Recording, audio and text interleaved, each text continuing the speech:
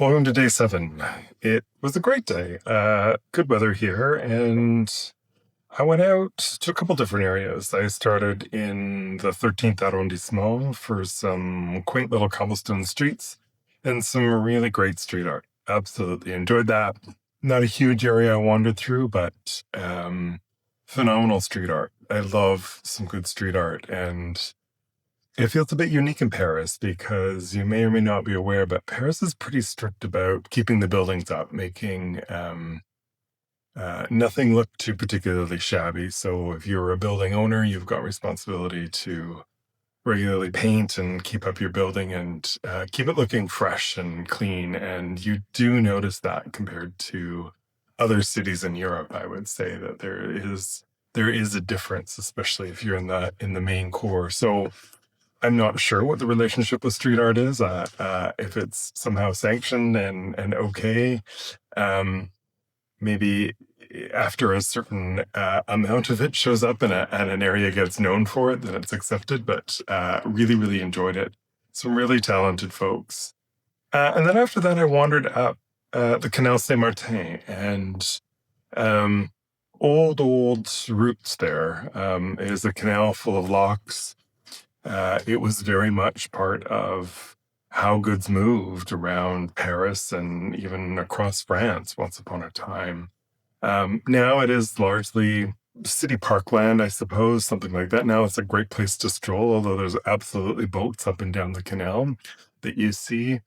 And it just makes a really pleasant walk. I felt a fair bit of spaciousness this afternoon and um, great deal of presence. And that's the piece that I come back to and just love over and over. I feel like I can really be in the moment and just enjoying how great it feels. And I also feel like, for whatever reason, today Paris was just more of a city and less of a concept. And I suppose what I mean by that is I think up until now I've been a little bit caught up into the, if you want to call it, brand cachet, just into the concept of Paris, that it is known worldwide, that it is kind of hard to get your arms around at first. It's a very big city, lots of beautiful buildings, lots of beautiful people, as I've talked about, a real aesthetic and a real sense of luxury. And I think what I saw today was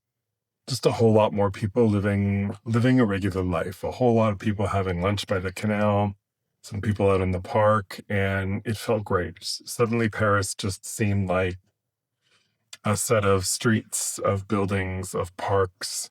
And some of those buildings, of course, are amazingly beautiful, but it helped normalize the city. And I think I was looking for that a little bit. I think I was looking not to pull it off of a pedestal. I think it's absolutely a world-class city, but I think it made it more approachable and, to a sense, gave me a better ability to settle into it when it was no longer kind of Paris the concept and really just Paris the city, and lost a little bit of that mystical appeal, but in a really good way, I would say.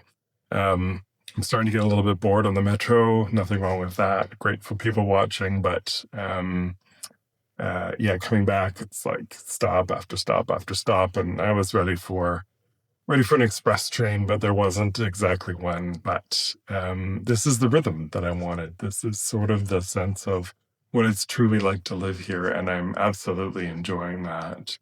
Um, it's interesting too, because some of my first thoughts as I was reflecting today around what would it be like if I was a Parisian? What does that rhythm look like?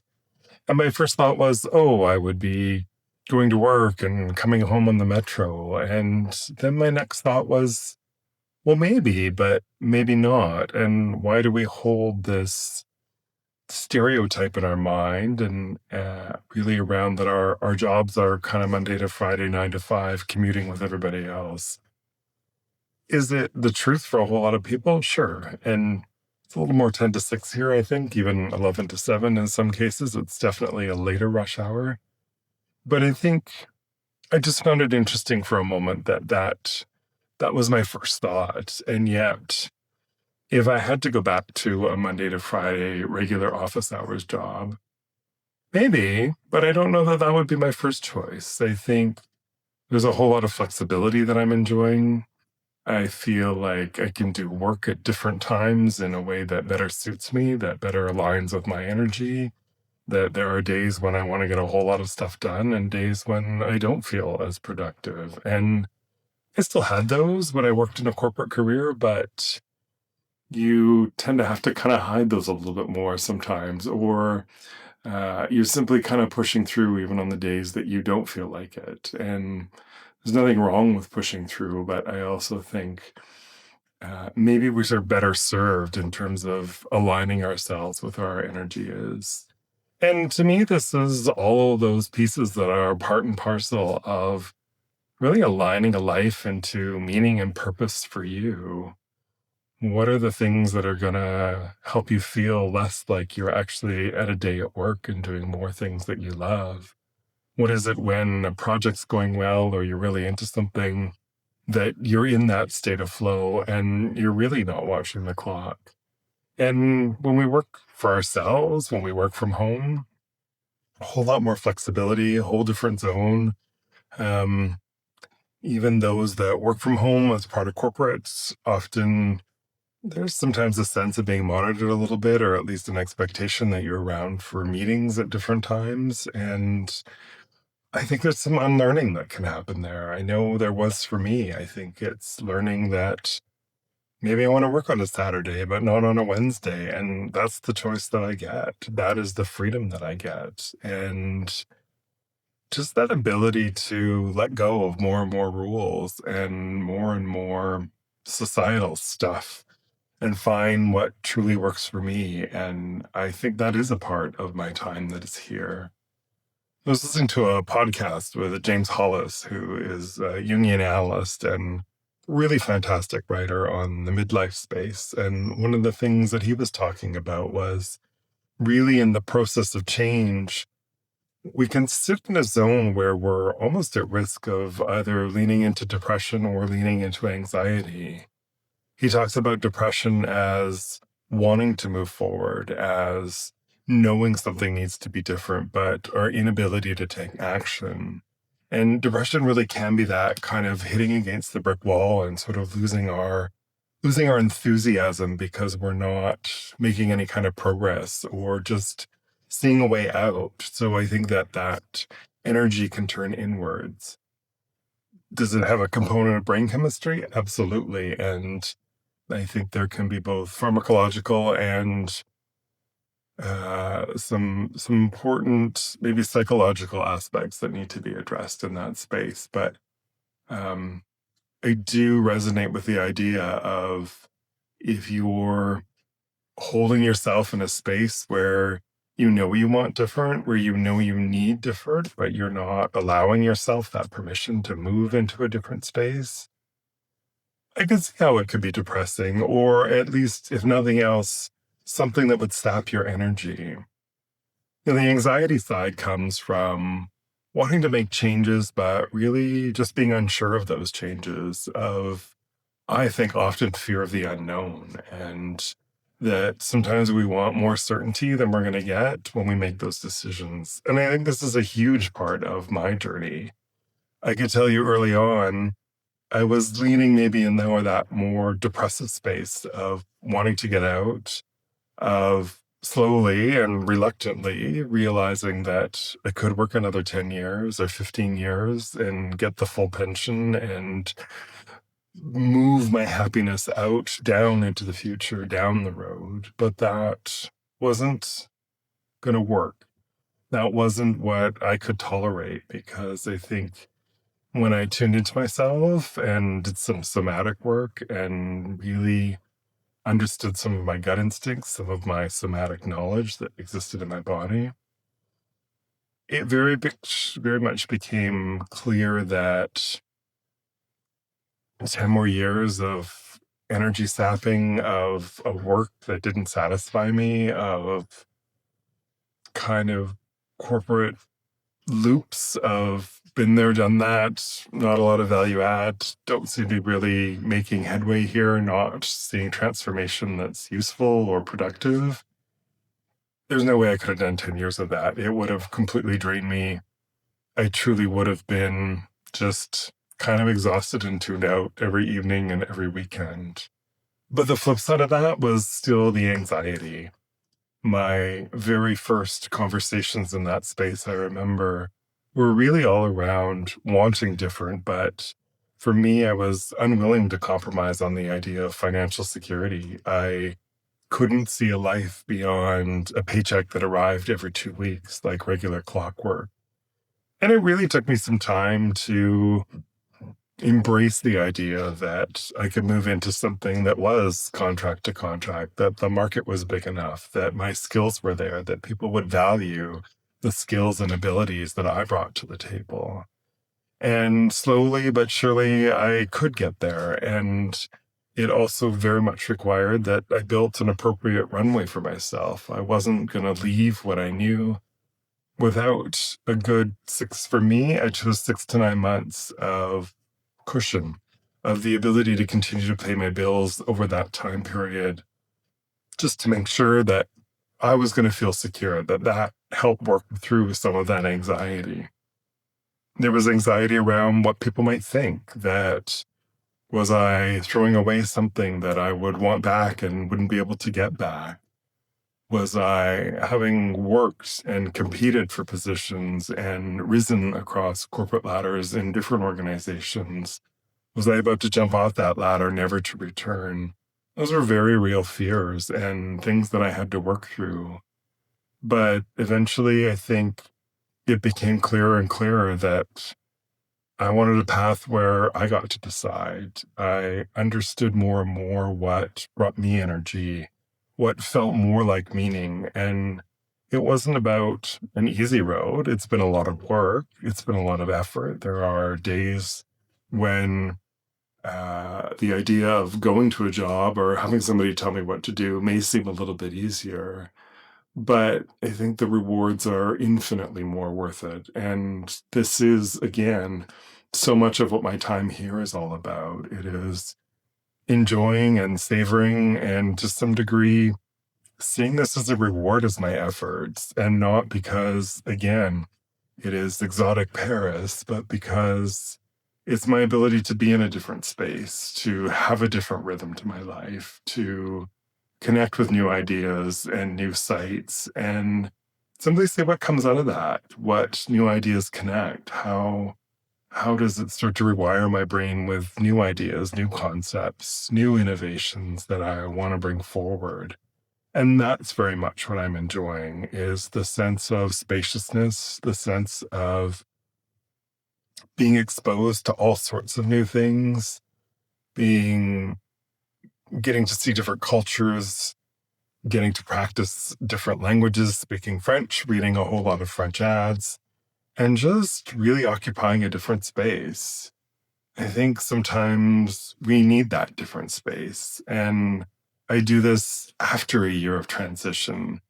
I'm not sure that I would have been fully ready to do this immediately after leaving that corporate role. I did go away, but from somewhere not quite as far away from home, where things were a little bit more similar. And it really did take several months, probably 6 or 8 months, for just a lot of that overall burnout to work its way through and to kind of finally feel like I was back into it. And it is an interesting transition. It's a space of both letting go of the old, but not sitting around and doing nothing by any means either. It's at the same time, it's also learning what it means to build a website, what it means to do marketing, what it means to try and do networking in a way that still feels genuine to you, to build business plans, and to really both have the freedom to do what you want to do and also recognize your results and what happens as a result of your efforts is all on you. And it is, again, perhaps both exciting and a little bit anxiety producing. There are fewer guarantees, and a failure, and I think everybody should have failures, but a failure is a little bit more directly felt. It's not simply the organization's pockets that are writing off a little bit more. It may be your own dollars that went somewhere that you didn't want them to go, or something you tried and spent dollars and effort on that wasn't successful. But this is the path. This is the path of being an entrepreneur, of trying new things out. And I would rather live in the world of possibility than the world of constraint. And this is a time of a whole lot of possibility, infinite possibility, it feels like. The ability to live in a different rhythm, to understand all of the different things that are happening here, to try and get a sense of where some of the great ideas are here, what some of the businesses are that are here, and really just how people live, what people need, what they're struggling with, perhaps, how that culture is different. What aspects do I want to bring with me in terms of routine or the way that I live here that I want to bring back with me? I know I'm learning over and over. I love the energy of a city. Probably where I am is a little bit too suburban for me right now. And at some point in the next 2 years, I'm going to have to make a decision to move somewhere that is more urban, where there is a whole lot more walkability. I'm in a wonderfully quiet house that was the perfect match when I was kind of frazzled and in a corporate space and wanted to come home and wanted that peace and that ability for tranquility and calmness. But now, having found maybe that tranquility and some of that calmness inside, when there's maybe a car an hour that goes by the house, and if I want any kind of groceries, I'm having to drive for 10 or 15 minutes. It's missing for me. It's feeling a bit too sleepy, a bit too lacking life. Whereas here, I'm absolutely enjoying stepping out of my apartment into the grand world of it, that a block away is a butcher and an amazing bakery and restaurants and cafes. And the supermarket is another block after that. And the metro is another block after that. I'm living in maybe a third or a quarter of the space that I would live in at home, and I'm not feeling claustrophobic in any way, shape, or form. It's asking me to reconsider different priorities, and as always, asking me to align and to design my life in a way that's going to work for me. And so, as always, this is your invitation around what today brought up, what everything that I've covered off brought up in you, what ideas, what thoughts, what did you have reactions to, both positive and negative? And continuing to allow those seeds to germinate. What do you want in your life? What's no longer working? And I think it is important to know what's working, but it's also important to know what more you want and what more you need. Because I'm always very much a believer in moving towards rather than moving away from. So, what do you want to move towards? Where do you want to be a year from now, 2 years from now? And equally important, what happens if you don't change anything and another year or 2 years go by? This is your life, and you need to decide how you want to live it. And more in our 40s and 50s, this is all about letting go and no longer accepting what doesn't work for us, no longer chasing the likes and the praise and the approval or fear of standing out or of what others may think of our decisions. This is the moment where we step into ourselves and we say, this is me. This is the life I'm living. And my happiness actually gets the biggest vote of all. And if others are uncomfortable with that, let them be. So spend a little time. I hope you can get a walk along a canal or in a park or somewhere where you've got some time to think.